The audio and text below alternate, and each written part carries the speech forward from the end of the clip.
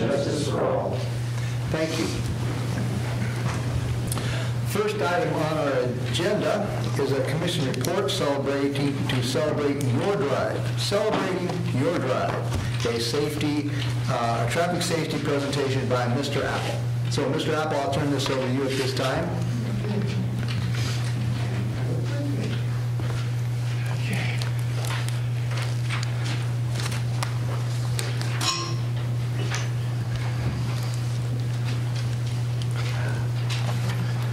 Hello, everybody. Melanie McCullough from State Farm should be running in the door anytime. I left her playing racquetball at the health club, so she should be running any time. So I'm going to talk slowly. No, I won't. Well, she's here. Melanie, we talked all about you. How was late? It was good. It was good. Hi, Melanie. Anyway, I would like to introduce you to two of my favorite people. This is Danielle Salinas. She is one of our officers for our SAD Club at Shelton High School and OBGH. And she went with me back to Appleton, Wisconsin this summer to a national conference, and I was very proud of her. She also spoke at the University of Worcester late last spring, to the Surgeon General. She was on a panel with the Surgeon General, and she was the youngest one on the panel. I was very proud of her as I was sitting there in the audience at the University of Worcester. And this is Melanie McCullough. And Melanie is from State Farm Insurance. She is the State Farm agent here in Shelton. And if it's okay, I'm going to turn it over to you first. Great. Okay. I love that. Thank you. You know, this is so exciting, and I think I'm the luckiest State Farm agent putting on one of these events because Mr. Apple and his team of students are phenomenal. But this Celebrate My Drive event, it's the first annual one that State Farm's done. And it started because, according to the Centers for Disease Control, car crashes are the #1 cause of death in teenagers. And historically, the way we've dealt with talking to teenagers have been somewhat negative messages. Celebrate My Drive is meant to be the opposite, really trying to reinforce positive behaviors. So that's what we're doing, and State Farm is having one large one in every state. And they reached out and said, gosh, agents, if you want to do one in your community, that'd be great. We'll support you financially. Not only are we doing one, I mean, with the SAD Club, it's just a phenomenal partnership. And we are going to have, we've kind of expanded it to make it a more family event. So we're going to add bicycle rodeo and a smokehouse and things like that. So it is completely free. All the food's free, everything. I don't want to take too much more of his thunder, but it's just really about, instead of scare tactics, share tactics. We're going to do it. We're going to make them drive golf carts with vision goggles on. You know, have fun to really see that. So, really excited. Really hoping to get the word out.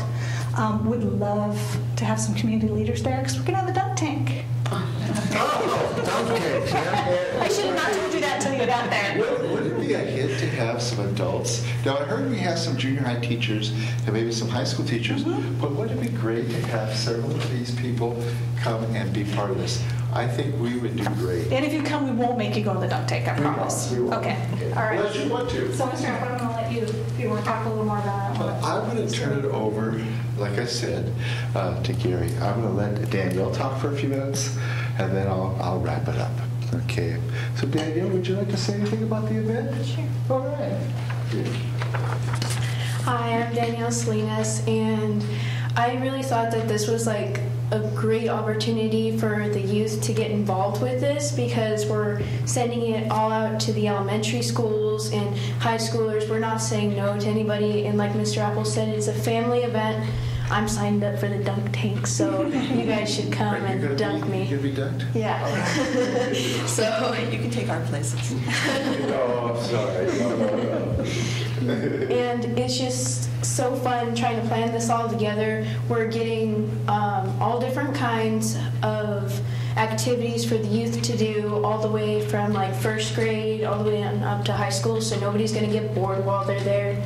And it's just a really fun event, and I'm so happy to be a part of it. Thank you, Danielle. I'll just wrap it up a little bit. Talking about texting and driving, State Farm has allowed us for the last, this will be the 3rd year, we got a grant from State Farm Insurance to promote not texting and driving. I think you've seen some of the transit buses with some of the signs on them that say, hang up your phone while you're driving, your friends can wait. You've probably seen some of the public service announcements that we put on KMAS, and we're doing some more public service announcents over KMAS. But we're doing everything we can to get out the message, don't text and drive. You know, drinking and driving is terrible, you know, but texting and driving is just as bad. And statistics say. And on Saturday, we're going to have a county coroner from Thurston County be there. And we're going to have a wrecked car. And this wrecked car was driven by a girl by the name of Heather Lurch 2 years ago, just after she graduated from high school at Tumwater. She was working at Subway, and she was on her way home. At 10:26, she did her last text. At 10:28, she was involved in a crash, 10:27. Her parents wondered where she was, and they were one of the first ones to come back down the road towards the Subway on the Little Rock Road. And they said, that's our daughter's car. Is she okay? And the county coroner said, no, she's not. On Saturday, September the 15th, Heather's mom is going to be at this event, along with Joe, talking about how this has had an effect on their family and their friends and everyone. It just doesn't affect the family, it affects the whole community. So we're trying to get out the awareness, and we're going to try to make it fun.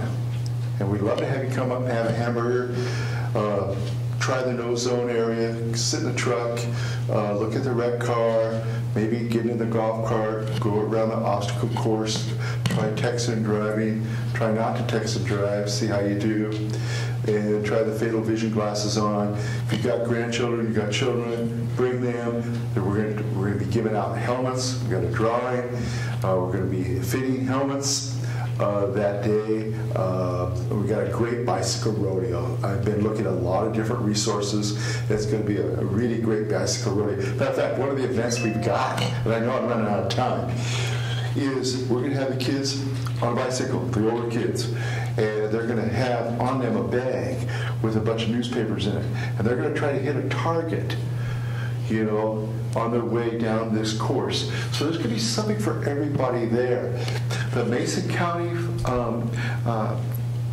the firemen are going to be bringing up their truck, fire truck, and they're bringing up a smokehouse. So I'm not sure if you were aware of that. Thank you so much.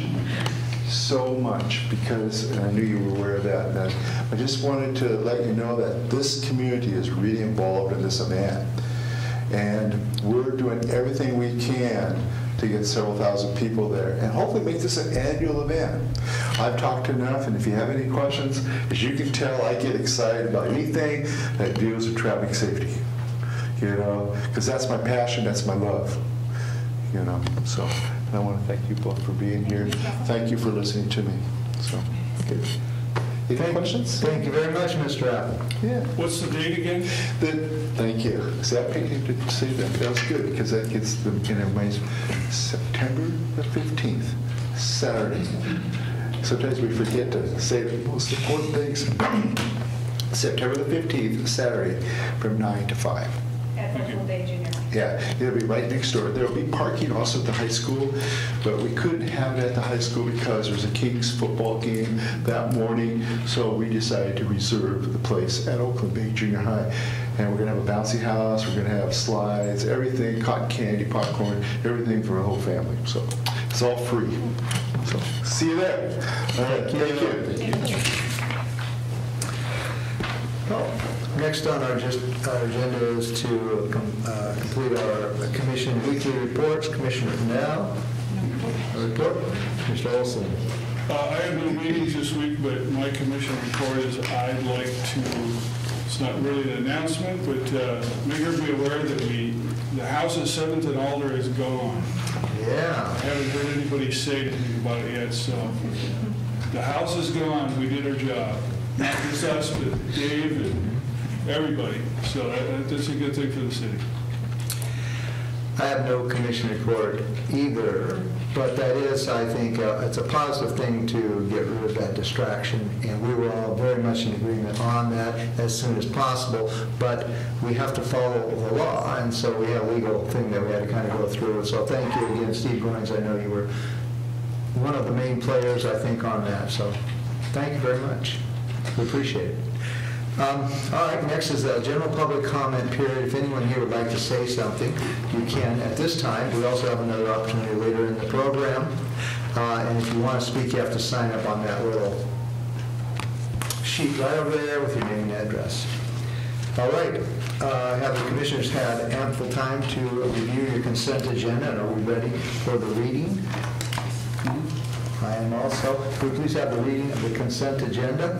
Consent agenda, vouchers numbered 79176 through 79267 and 79270 and 79271 in the amount of $289,684.25. Commission meeting minutes from business meeting of August 20th, 2012, study session of August 27th, 2012, and the customer service labor agreement.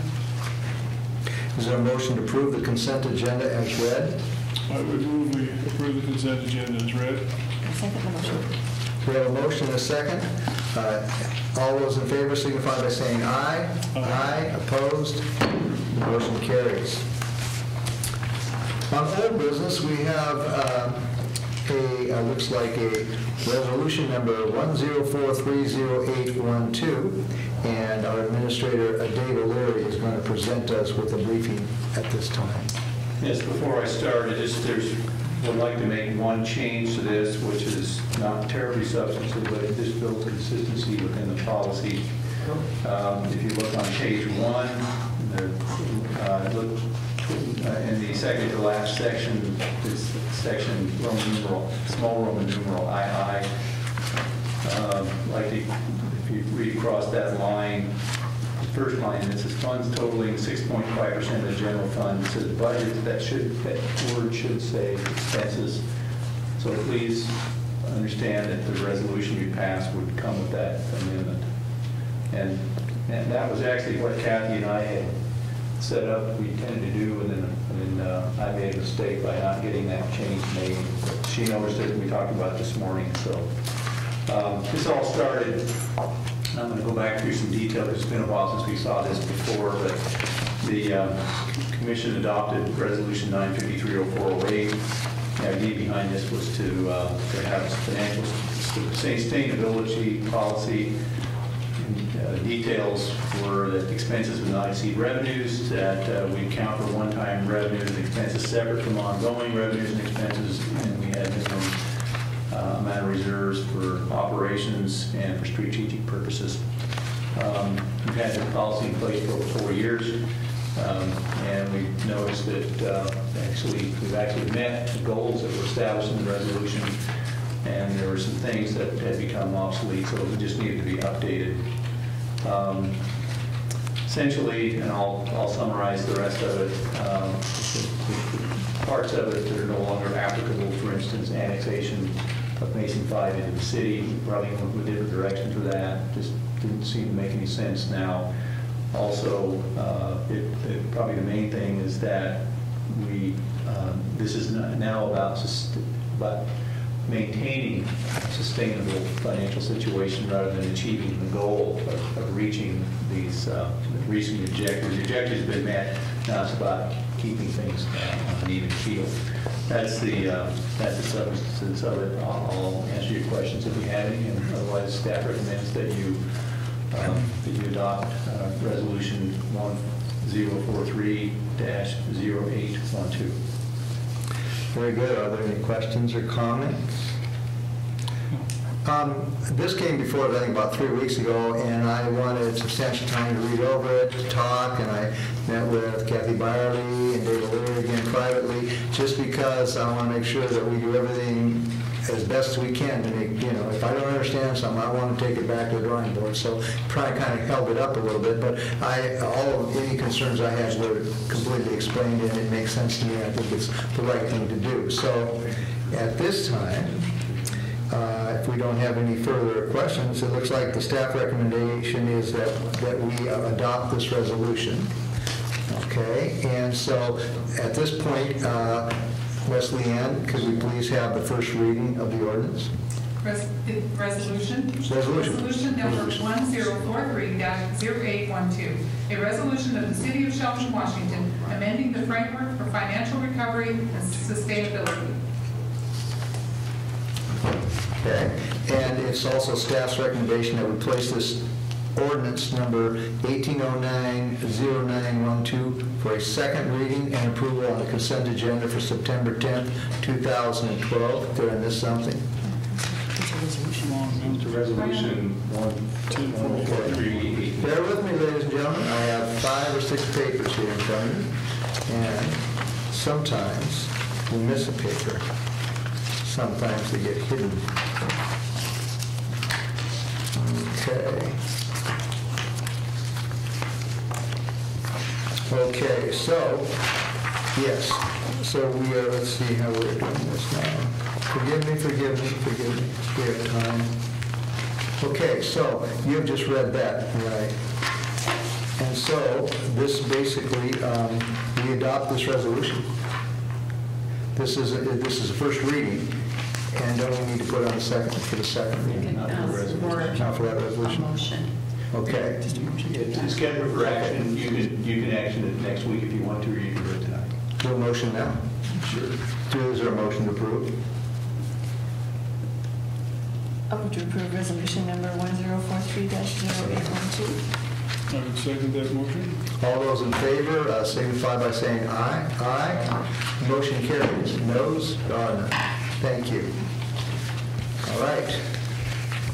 If my notes are correct now, we're on item number 2, and that is going to be a briefing by Director Steve Goins.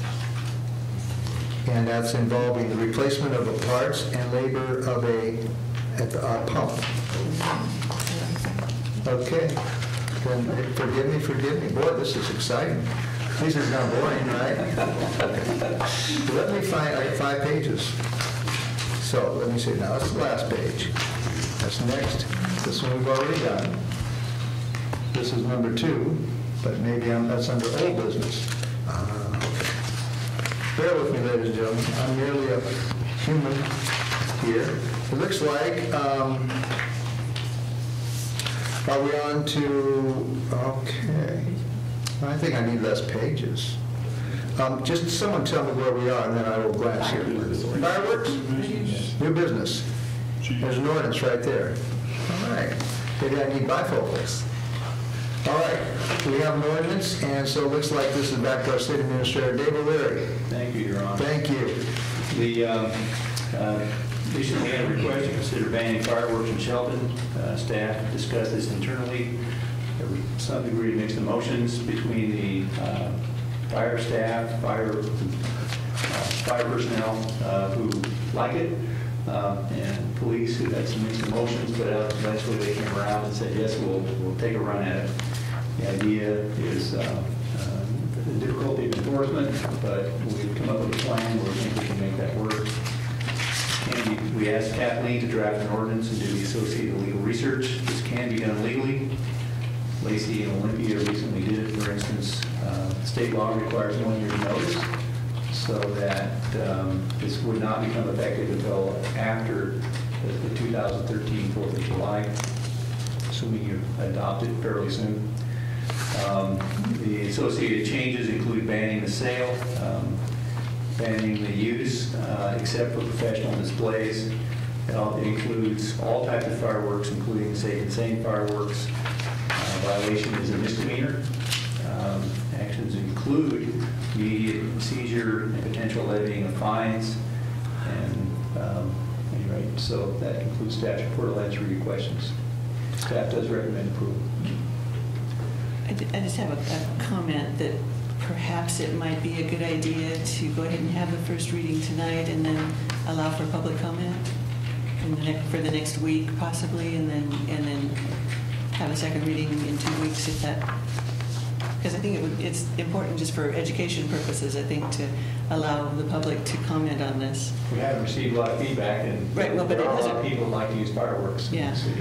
yeah, and there really hasn't been much in the way of, other than just that we've talked about it, but if we go ahead and have a first reading, that kind of gives it a little bit more presence, and that might get people excited enough to make some comments. And as I said, I think it's important that they be allowed to express their comments, 'cause one way or the other. You know, we may find out that they're all in favor of it. We don't know, but I think it's an important enough topic that they need to comment. And then again, it's a chance to begin the education process at that time rather than waiting until after we've already enacted it. Commissioner Olson? No, I think it's a great idea. I think we should do the first reading and have a public hearing opportunities. There's opportunities for the public to speak in every commission meeting 2 times, and so maybe we can, instead of placing the second reading on September 10th, would we want to place that at a further date, or I think you can schedule the second reading for 2 weeks at an evening meeting. Yeah, you can do that. You Sure. don't have to Give a take it couple- next couple week. You don't weeks. have to take them up sequential. And Right. we could put it on old business for next week so that there could be public comment at that time, and then Sure. And you do have people here tonight who want to talk. yeah, and that's good. We can start now. would they speak after we do this? Do they want us to address this issue then? Probably should hear before you take action. Then let's listen. Do we have somebody from the fire department like to speak at this time?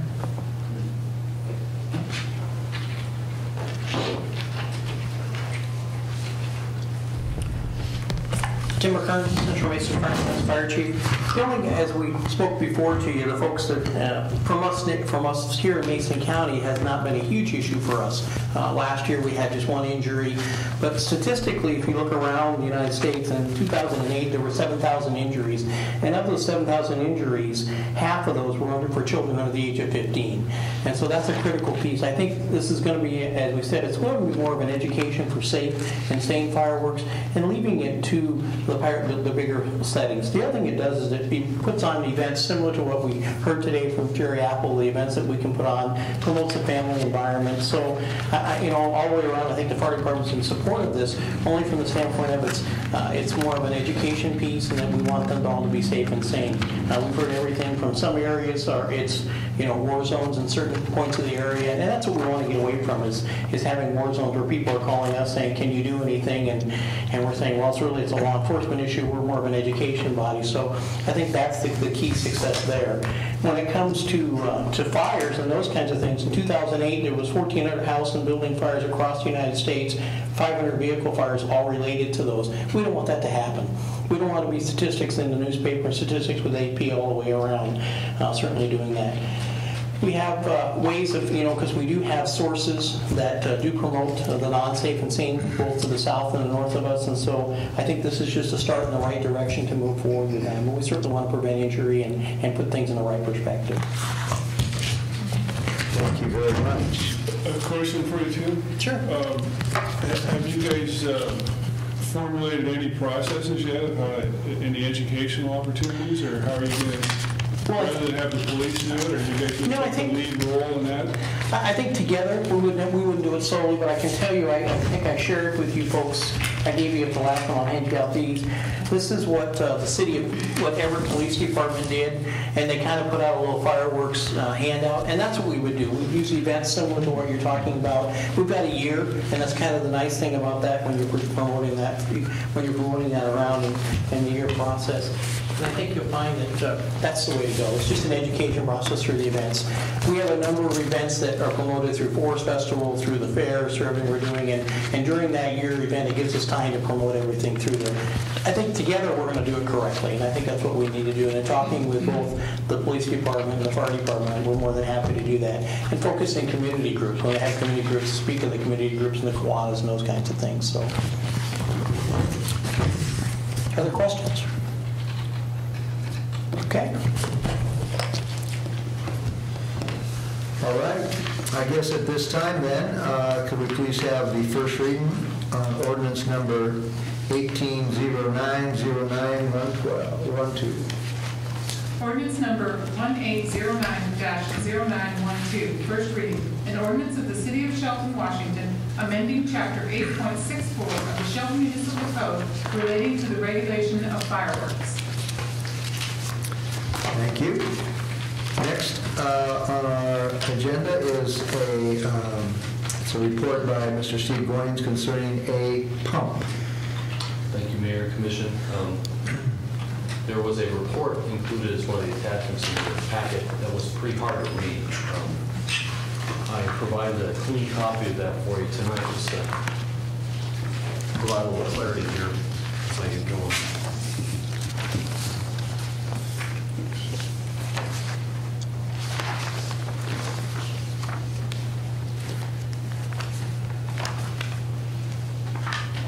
Just to kind of give you a summary of what is described in the briefing report. This is discussing a pump at the Neyland Park Pump Station. We've had some problems with some of the pumps down there, and this is a long story, if you will, of in this particular case, some events that have happened. Evidently, at some point, a large object came into the pump. It broke the impeller. The ensuing vibration further damaged the pump, and we needed to take the pump out, as the report described, have it shipped out for an evaluation.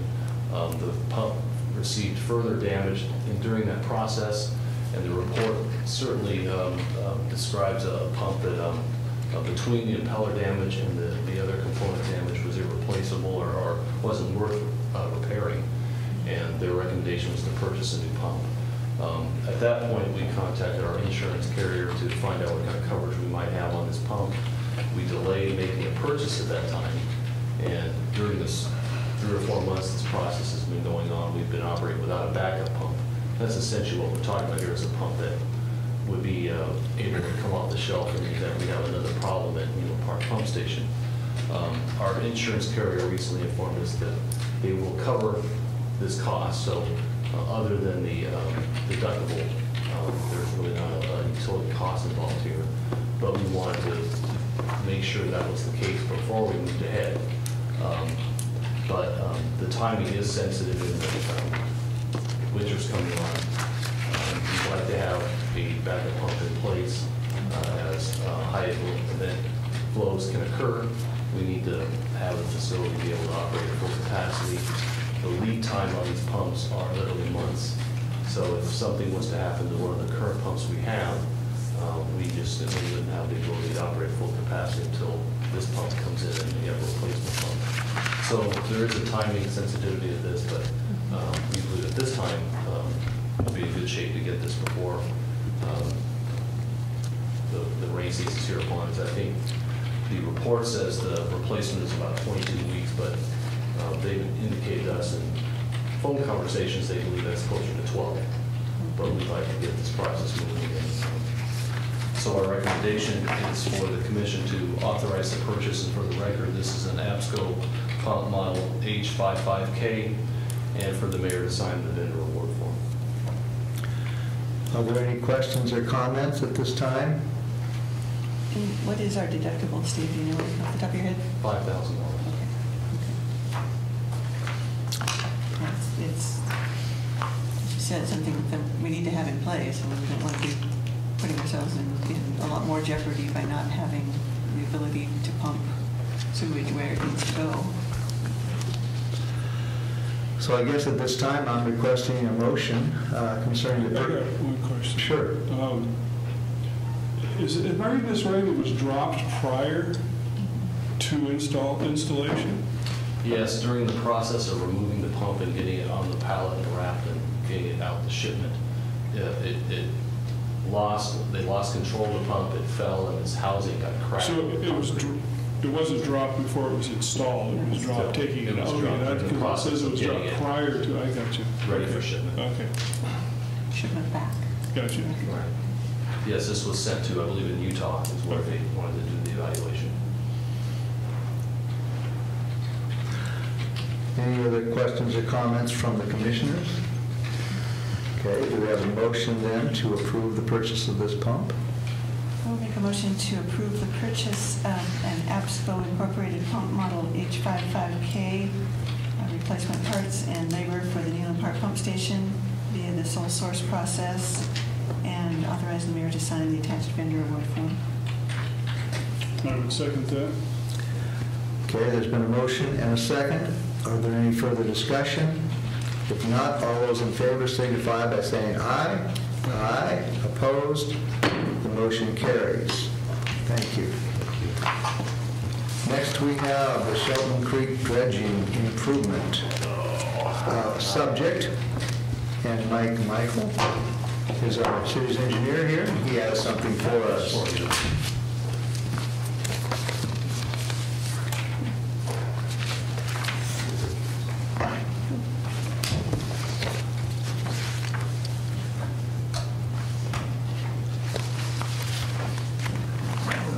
Thank you, Mayor, Commissioners. What you have before you this evening is the culmination of several discussions and briefings we've had over the last couple of months related to the ongoing Canyon Creek flood abatement projects that we're looking into. And in particular, this is the early action item, one of the early action items that came out of some of the preliminary work, and that was the dredging of the lower reach of the combination of Canyon Creek and Shelton Creek. Back on July 2nd and July 9th, Commission acted on a briefing and action request from staff to approve moving forward with this dredging project, and in fact at that time authorized the budget modifications as well as authority for the mayor to sign all the relevant documents. So what we're coming forward with this evening is really more of an update than anything. We finally got final permit authority on the project early last week and issued the proposal packets to the 3 bidders that came in on July 4th. Excuse me, July 4th for the pre-proposal meeting. We made that a mandatory portion of this so that these proposals could be turned around in quick order. If you look at the second page here, the bid tab, you'll see that only one of the 3 firms actually turned in a bid. And you can see there that bid was from George Gill Construction. They're out of the Central Chehalis area. And that bid was for $349,692. You'll also remember, I hope, that we looked at a channel section that included a small portion of the channel within Simpson's Mill site. Believing at that time that if things worked out right, we could do that much and get to a more appropriate grade break point in the channel. As part of that, we committed to a project of $300,000 or less. Structuring the final bid documents that went out last week, we accounted for that because of some of the time delays and the unknowns with the final conditions that were put on the permits. And we do have the ability to scale this back.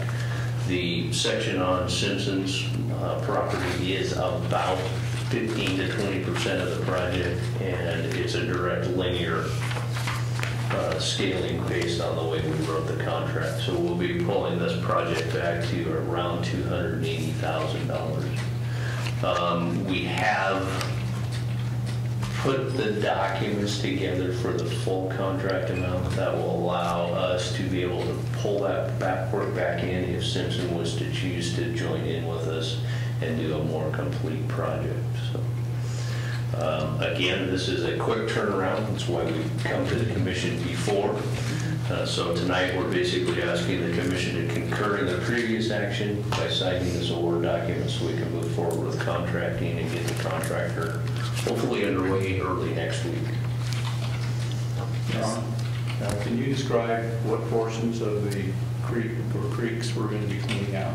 The original concept, as I said, extended onto Simpson's property. Basically started at the upstream end of 2nd Street culvert by the fire station and went to just downstream of the culverts that are in the creek for the Olympic panel parking area, just inside of their fence line, approximately 1,000 feet of channel. The section from Simpson's fence property line to that downstream area is about 200 feet. And so what we're looking at doing now, based on our commitment to $300,000 or less, is from 2nd Street to just downstream of the railroad culvert. And what is that, what's the effect of that? I mean, if we stop there, are we going to be negating all the work that we did upstream? No, actually, the critical portions of work are the railroad culvert to 2nd Street. There would be some slight additional benefit going downstream that extra 150 to 200 feet, but the primary need is in particularly the railroad culvert and the 1st and 2nd Street culverts.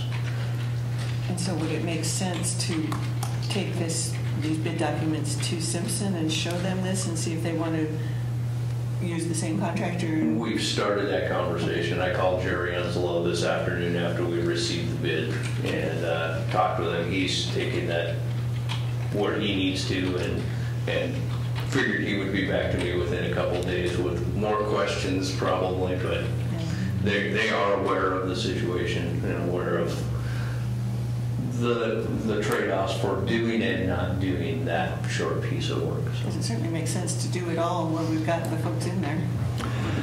And we did have this was kind of stopped a little bit because there was a chance that it was like a spawning ground for something. So what was how did that report? What you're referring to is the Army Corps of Engineers imposing jurisdiction on the project under some written nationwide permits, the general permits that they have.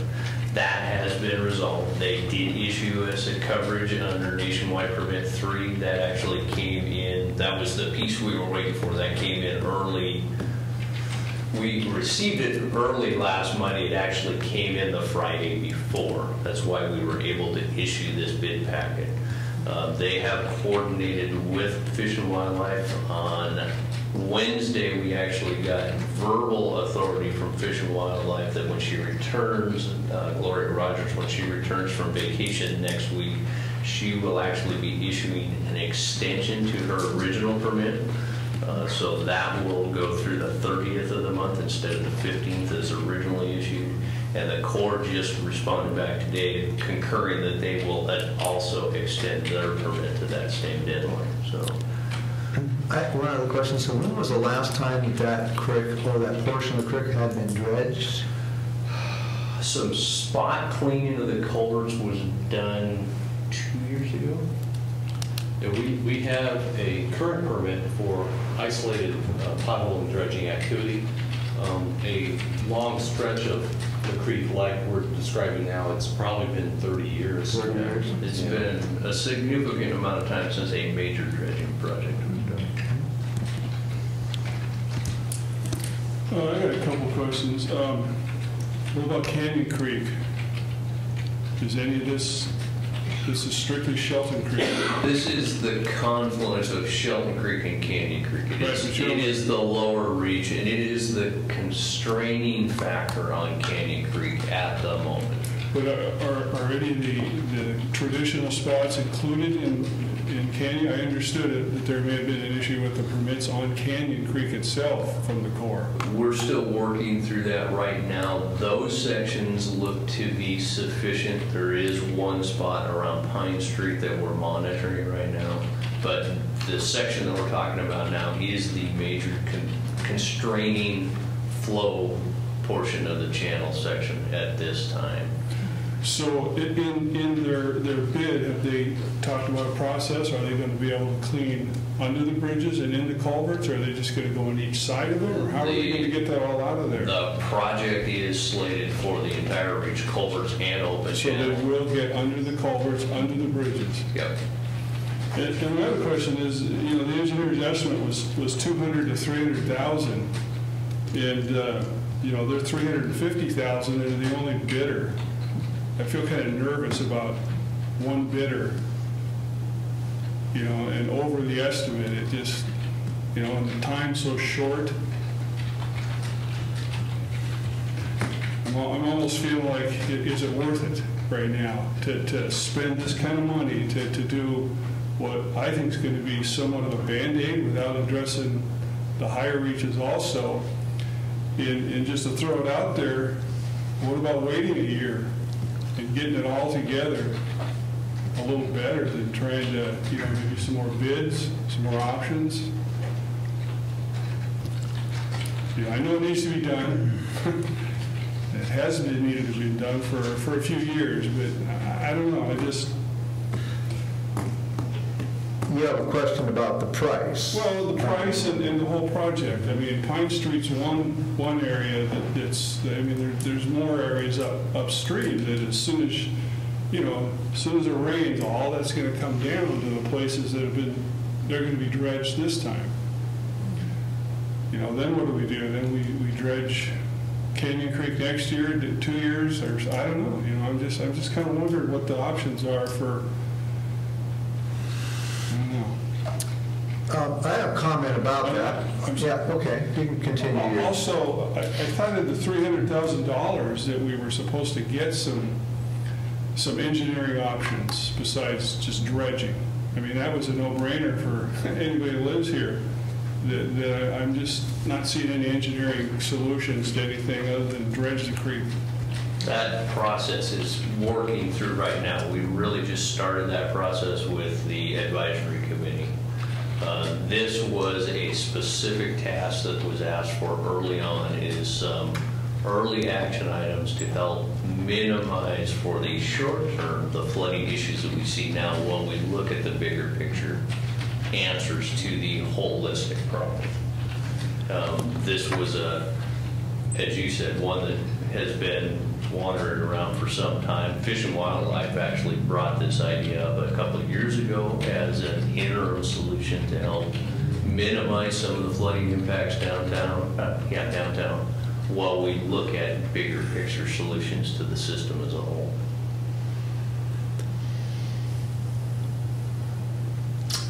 Where do you go from here? Great comments, good questions, and the time and the clock are ticking. And if I lived downtown next to that creek, I guess I would be more concerned about the dredging now than a year from now. When you do live right in that area too. So it's not from a personal side that you have those questions. In the bid, maybe you can address a little bit more about the bid price. I mean, you have 3 bids, you get 1 bid and it's pretty high. Time is kind of coming short. There is a concern here, you know. Obviously, this is the people's money, and we need to be prudent in what we're doing. So I think you need a little more salesmanship on how that, if that bid, because you guys know these bids a lot more than we do. And you're the paid professionals, so we probably need to know how that feels to you. You understand, I think, Commissioner Olson's concern about this, and I can sympathize with that.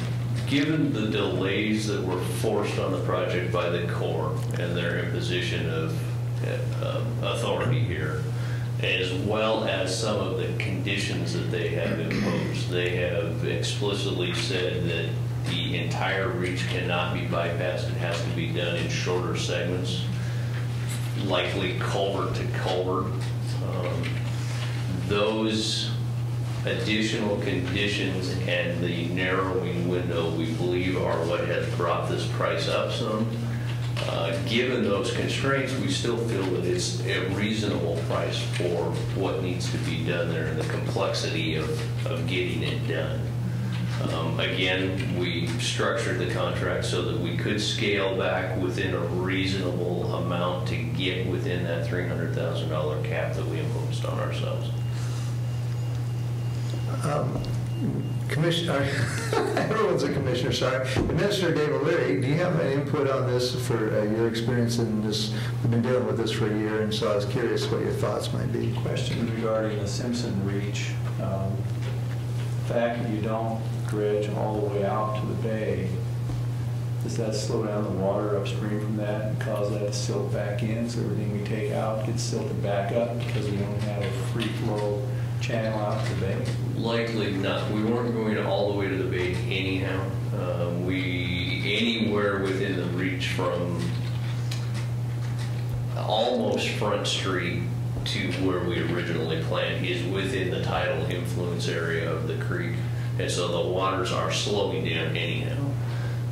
What we did find in the preliminary survey of the channels is the predominant sediment deposition is from about 2nd Street downstream.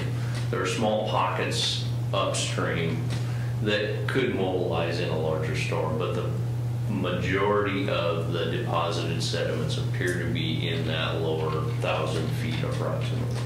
Last year, or year before, whichever one it was, we did a small amount of dredging in that area in order to be behind the fire station, just down from 2nd Street. And we just had a big storm event up Canyon Creek, brought down a lot of sediment, filled it all back in. Is this going to resolve that? It's $300,000. It will not likely resolve it fully. This is an interim fix to minimize flooding potentials in downtown while we look at what the long-term solutions are. And, we have the analysts, or we had a company, basically giving us some recommendations. What the consultant, that's my next question, what the consultant recommendation, what does the consultant say about this project? What are they telling us? Because that was, one of the reasons they were hired was to advise us regarding these solutions and even help with the permitting, for instance. This was their #1 interim early action item project identified out of the preliminary work done with the stormwater Canyon Creek evaluation. This was their highest priority, biggest bang for the buck. Now, so you're caught between, it seems to me, based on our experience with these things and just the way that land lays, you're going to do this and within a fairly short period of time, we're back in doing it again. And as part of a broader package of treatments. So you're saying that it's worth doing now and then doing again after a number of short years into the future? We believe, based on what we're seeing, that this is a good move. Any additional dredging would probably be very limited as part of the longer-term solution. It's likely that the longer-term solution will involve actually getting the sediments out of the system earlier, possibly diverting some of the higher flows to not mobilize sediments that are in the lower portion of the system, and creating some additional flood storage in areas all along the channel. But again, that's part of the work that's being done right now, and we don't have those specific answers of what appears to be the best solution for the long term. I'm sorry, Commissioner Pinilla. I do see, as I'm going to get my blizzard, that the water is only 6 inches from going over the top right now, and it's the middle of summer. This thing needs to be dredged by Dairy Queen. That would be the area, isn't that the area? That is the upper end of the area. At the moment, it's not very far from the top of the bank right now. It's full of gravel. Okay. That's a reality. I got a hunch if we don't, just a thought here, if we don't move forward with this, especially on that piece of, that we're going to have, it's pretty full of gravel, and it's right now probably the driest time. So this winter, if it's full of gravel now, you're this far from the top, guess what? It's pretty much, inevitable that it's going to come up more. So, Commissioner Pinelli, you've been involved with this for many years. I'm not sure it's a foregone conclusion that it's going to fill right back in, because it's been probably 30 years since it's been dredged the first time, the whole thing. So we really don't have much data to go on there. And I think that if this was identified as the best short-term solution, I really think we need to go ahead with it, because we've seen what can happen if we don't do anything. And we were fortunate last winter to have a fairly dry winter and not have the flooding that's been so bad down there. But we don't know what's going to happen this winter. And if we have an option that will ease that, I think we owe it to the people that live there to go ahead and do something to at least help while we study and try and figure out a more long-term solution. And that was the whole point of this whole exercise, is to come up with a way to try and help the whole system. And this is the first part of it. You know, I was actually going to suggest that we spend the whole 349, because I think it's important that we do the whole project. If we can get Simpson to work with us and to participate in that, that's great. But even without that, I think we need to do the whole thing. Well, just to maybe throw a different perspective in here, we've been aware for some time that there's a lot of concerns over the direction this process is going, whether this is good for the community, for the utility, and the neighborhood. What we tried to achieve when we hired a consultant in the first place was to have a more holistic look at the watershed, and that process is ongoing.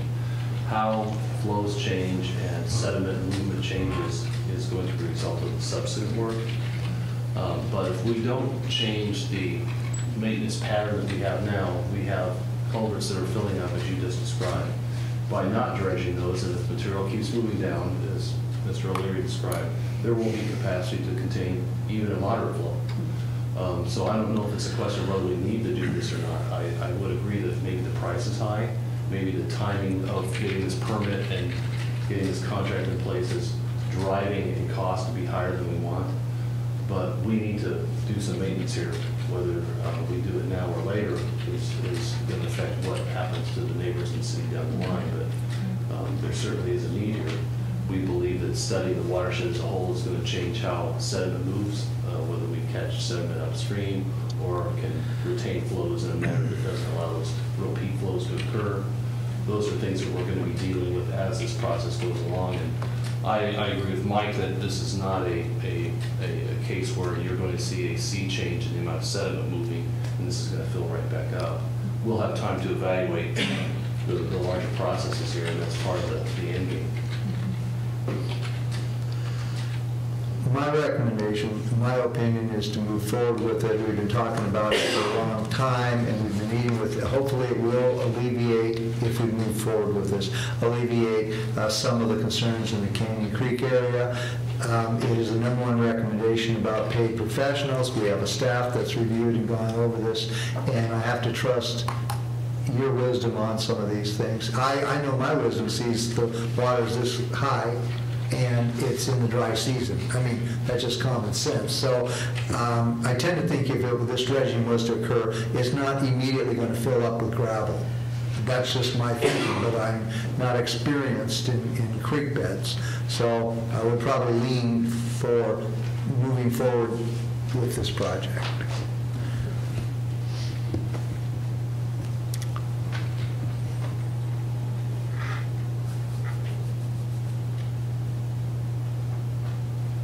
Got leans. Got leans going on here, so I mean, for direction, you could ask if you have a motion. It looks like there could be a motion. Okay. I think you're looking for action. Yeah. Action is a motion. Just a motion to proceed with the. You've already got that. Well, I guess part of the discussion, and Commissioner Fennell, you brought it up, is, Simpson, due to financing, is not real warm on putting up the money to do it. That was a question that we had. Our commitment early on was $300,000, and so that's why we've structured the contract the way we did. So I guess that's a piece of direction that staff needs. And then along with that, concurrence in completing this contract, getting the contractor moving as soon as we can. We have 48-hour turnaround on the contract documents specified. So with this official award tonight, we'll have a contract back for the mayor's signature by Friday at the latest. And hoping to have the contractor mobilizing in by Monday or Tuesday of next week to give them as long a window as possible to get this work done. I would recommend that we move forward with it, but I can make a motion. Do we have the funding and the necessary to do the 349,000 in the stormwater? We get the money in the stormwater fund to do this? I believe, based on previous information we've gotten from finance, that there is more than enough in the capital reserves and stormwater to cover the extra $50,000 right now. Yeah, I remember that too, but he uses up about a third of what he got, so. Approximately, yeah. A lot of money. Yeah, I guess for me anyway, the bottom line is that it just doesn't make much sense to spend $300,000 and do a portion of the project and leave the last end of it undone. That just doesn't compute. You know, if you're gonna do it, you do the whole thing. Otherwise, you reach that point where you stop and then it all backs up there. So if you're gonna dredge, you want to dredge all the way out. So I guess that would be my recommendation, to approve the full amount of the bid with the understanding that we at least make an attempt to work with Simpson to see if they would be willing to participate in the cost. I believe our thought on how to proceed was to authorize the project award for the full amount, Right. but to not authorize them to proceed with that section of the project until we knew we had the funding in place. Our goal was to have Simpson give us a response quickly. If you'd like, we could come back, say a week, next Monday, with an update on where Simpson might be with this. But in You the probably meantime- need to hear from them in 15 to 20 days anyway, to give the contractor enough time to finish that portion of work. Well, in the meantime, we can get the contractor can start, correct? Correct, do the first part. That's why we wanted, Right. that's why we're here now, to move that process forward. It's starting at the most upstream end of Right. the section. Right. That is one of the specific conditions that the Corps of Engineers put on, is they have to start upstream when working downstream. So this section in question would be the last section that we work on anyhow. Okay. So with all of that in mind, I will make a motion that the commission authorize accepting of the bid from George Gill Construction for $349,692 for the Canyon Creek dredging project. Okay, we have a motion and a second. You can second it. I will second it, but I'll just go on record as saying that I just don't think that the project is as well thought out as it can be without doing something upstream on Canyon Creek. I just don't. You've got more constraints on Canyon Creek than you do on Shelton Creek with bridges, culverts, and they're full. And I just don't see the common sense in not addressing those at the same time. I think more of the damage it created from the last flood came from the overspill at North Cliff rather than what happens downstream from the fire station.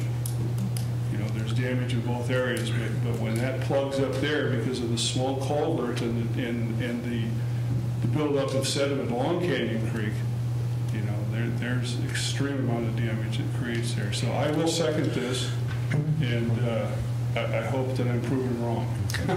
We have a motion and a second. All those, any further discussion? All those in favor signify by saying aye. Aye. Opposed? The ayes carry, and the motion carries. So we will move forward with dredging. Thank you very much, staff. Next is the administration report by our Administrator Dave O'Leary. Just mostly this week, I'm just getting caught up and getting ready for budget to start, mainly, and then being caught up from my time away. And hopefully by the end of the week, I'll have gotten all my emails and the rest of it resolved. So that's usually my report. Very good. General public comment, I see hands been going up for a while. Come on forward, sign in, and we'd love to hear your thoughts.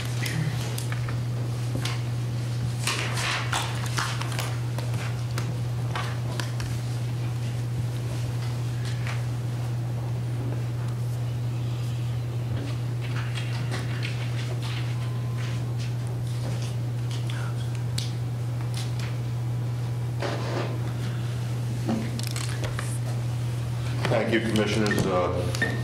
Tom Davis, 170 West Bushy Road. I was back there raising my hands for the last two items here because on my sheet it says public comment on action item, but we never got there. So we went right through both those issues without ever hearing public comment. I raised my hand, but I didn't want to disrupt. So I have some questions. After the fact. I would parrot some of the concerns, excuse me, some of the concerns about the dredging, just from the public's point of view, so you remain aware. And one of the reasons we come down here to look at the proceedings is that we see that the consultants have been hired, and then the remedy is somewhat primitive, or we kind of assumed this was going to happen, that there would be some dredging. I don't see what the holistic picture is worth if it's not being followed. If we're going to do this a piecemeal, it would have been, I think, more reasonable to wait at least one more week first to see how Simpson was going to respond to the last portion of it, because that seems to be a concern. And that one bid, that bothers the average public person, just to see. When you have one bid, you have no choice. When you have no choice, that's never a healthy situation to put yourself in there. It seems like an awful lot of money for a dredging action, but it might be a bargain, but it just doesn't feel right from the public's point of view when there's only one bid. And it's difficult in these hard financial times to imagine that there's only one person out there that is willing to take on this project. But having said that, again, it's after the fact. The other question about the pump, I would just like to ask Steve if number one, if it was fully covered, the insurance was fully covered, and the $5,000 pump, or did we have to ante up any monies in addition? Did the insurance cover that thing in full? And was there any action taken to make sure that it didn't happen again? Evidently, as a large object was able to find its way through to the impeller. So then, learning from that lesson, was there something done? We've been, I'll let Mike jump in here too, we've been looking at what might be the cause of these impeller issues, and in our last, I think it was the last couple of weeks, we pumped out the well, and we didn't find any more rocks or large objects down there. We're wondering if those were rocks that were in the system somehow, and got to the pump later. We're not exactly sure how the rocks arrived there, but they don't seem to be continuing to come into the system. We've talked about different ways to try to screen or otherwise impede those canals coming in. It's not easy to do without a lot of maintenance. If someone's not there to make sure that there's other things coming down that might affect the facility, you can imagine there's a lot of things that end up in the waste stream. And if someone's not there to make sure they're not impeding access to the pumps, it can cause a lot of problems. So it's almost a daily activity to have some screening process set up. So it's not an easy solution.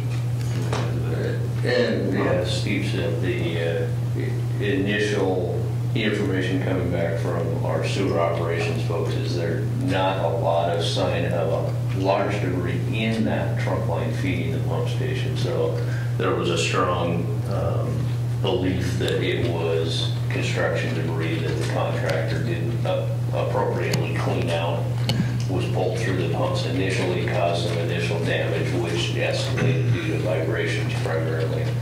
And looking at some late-breaking information within the last week, we believe some of that initial low vibrations may have also caused some bolts to come loose, which Several of are actually missing. So the larger damage to the impeller may actually have been a sequence of events where it's rock from cleaning caused some initial damage, which caused some vibration, which caused the bolts to come loose. Those may have actually been sucked up through the pump. And then the primary damage to the impeller is what we're starting to believe now. Where I was going with this is just see if there was a pre-existing condition that could be laid on the contractor is where we were going with this. Okay. I would appreciate an opportunity, so I don't have to do this, just to have the opportunity. If it says public comment, I would expect that we would do that. I'm sorry, I missed that. Okay, thank you very much. Thank you. All right, administration final touches. We have one change on the looking ahead. We'd like to move up the conversation with the commission on our collective gardens moratorium. It's I believe, on the looking ahead shown is for October 1st. The city attorney expressed some interest in moving that forward. We'd like to prepare a briefing for the September 10th study session. All right. It's, we're past the deadline now, so Steve may be distributing that to you directly. So, Okay. touches. Other city owner. I just wanted to have clarification again on the touch where it says Hall Equities Appeal. There's a little confusion there. It's not the Hall Equities project. Is that correct? That's correct. That's correct. That's correct. No, I still have the same one. But David touched on that, so I want to make sure that Not all that it is. it's not Hall Equities. It's just Hall. No, it's just the hall. Yeah. It's interesting. Well, just kind of, Hall Equities is a big topic It's not now. all, it's not Chelsea. What are they appealing? Yeah. Well, since you're bringing that one up, that one will likely be delayed until October. That is an appeal of a historic preservation board decision, and the appellant in this case is going to be out of town for an extended period of time. They asked me to delay that appeal until they are back in town. All right, our next meeting is Monday, September 10th, 2012 at 2 p.m. in the afternoon. I adjourn this meeting. Thank you.